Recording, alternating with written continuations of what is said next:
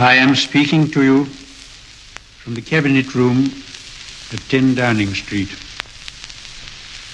This morning, the British ambassador in Berlin handed the German government a final note stating that unless we heard from them by 11 o'clock, that they were prepared at once to withdraw their troops from Poland, a state of war would exist between us.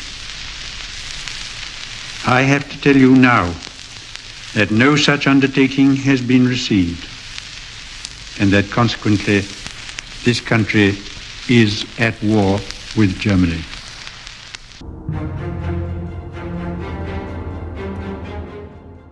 Alemania invadió Polonia el 1 de septiembre de 1939 y 2 días más tarde, Francia y Gran Bretaña declararon la guerra a Alemania. Mientras en Occidente tenían lugar algunos incidentes aislados, como los bombardeos de la Real Fuerza Aérea a unidades navales alemanas en Kiel y el transatlántico Athenia que transportaba niños a Norteamérica era hundido por un U-Boot, Polonia sufría el terrible asalto alemán y suplicaba a Inglaterra que interviniese en su ayuda, bombardeando inmediatamente los campos de aviación y las zonas industriales de Alemania situadas en el rango de acción de la Real Fuerza Aérea. Según los tratados bilaterales que el gobierno polaco había firmado con cada una de las dos potencias aliadas, estas debían asistir militarmente a Polonia en caso de recibir un ataque alemán, pero ninguna lo hizo. Francia, que había prometido atacar la línea Sigfrido en cuanto pudiera movilizar a su ejército, se limitó a realizar una breve incursión en la región del Saar. El 7 de septiembre, las tropas francesas avanzaron sin apenas resistencia unos 8 kilómetros en territorio alemán, y 10 días más tarde se retiraron al toparse con las defensas enemigas. La respuesta inglesa a las peticiones polacas no fueron las incursiones aéreas, sino las llamadas incursiones de la verdad, como las definió el ministro del Aire, Sir Kingsley Wood.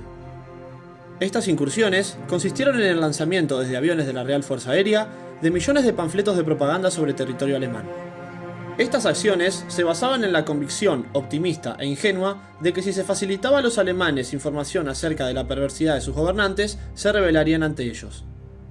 A partir del 3 de septiembre, los aviones británicos sobrevolaron las principales ciudades alemanas, llegando a lanzar 18 millones de panfletos en un solo día, y dichas incursiones se repetían casi todas las noches. Pero no todos los parlamentarios participaban del optimismo del ministro Wood. El general Edward Spears, diputado conservador, expresó con estas palabras su disgusto. «Es indigno hacer una guerra de confeti contra un enemigo inhumano. Estamos haciendo el ridículo». Dichas incursiones no sirvieron para mucho. Proporcionó a los aviadores británicos información sobre las condiciones de vuelo nocturno sobre Alemania, pero también permitió a los alemanes detectar sus puntos vulnerables y mejorar sus defensas. Según diría el mariscal de la Real Fuerza Aérea Arthur Harris, el mayor efecto de estas incursiones fue el de cubrir las necesidades de papel higiénico del continente durante toda la guerra. Francia y Gran Bretaña le habían declarado la guerra a Alemania, pero ninguno tenía intención de dar el primer paso. Mientras alemanes y rusos devastaban Polonia, los aliados occidentales se preparaban para recibir un ataque y no para lanzarlo. Evacuaron a los niños de las ciudades, repartieron máscaras de gas entre la población, realizaron simulacros de ataques aéreos y fortalecieron las defensas.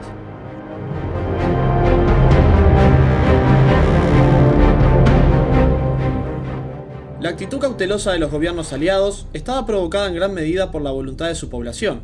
Ni los británicos, ni mucho menos los franceses, cuyo recuerdo de la guerra anterior todavía estaba muy vivo, querían verse inmersos en otro conflicto mundial como en 1914. Ese estado de ánimo, que derivó en una falta de alistamientos voluntarios a diferencia de lo ocurrido en la guerra anterior, se vio reflejado también en los parlamentos. Los dos jefes de gobierno, Neville Chamberlain y Edward Daladier, seguían confiando en apaciguar a Hitler durante los primeros días de la guerra. Ninguno de los dos seguiría en el gobierno un año después.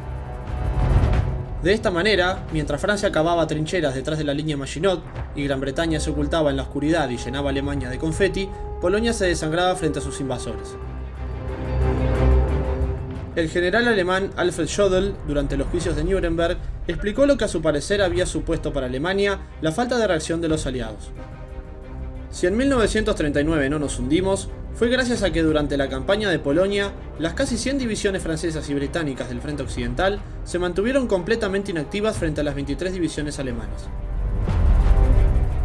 Nunca sabremos si esta fue una gran oportunidad perdida por franceses y británicos para ponerle fin a la guerra apenas habiendo iniciado, o si se hubieran precipitado fatalmente como creían los mandos aliados, al no estar preparados psicológica ni militarmente para lanzar una ofensiva terrestre. Dada esta falta de iniciativa, el curso de la guerra estaba en manos de Hitler. Este periodo de 7 meses de falta de actividad bélica fue conocido como Guerra Falsa o Guerra de Broma, o como se la conocía en Francia, la Drôle de Guerre. En pocos días, los 7 meses de Guerra Falsa concluyeron de un modo brusco y definitivo.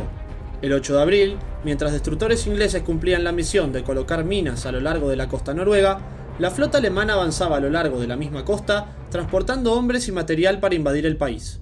Esto supuso para Europa y el resto del mundo el principio de la guerra auténtica.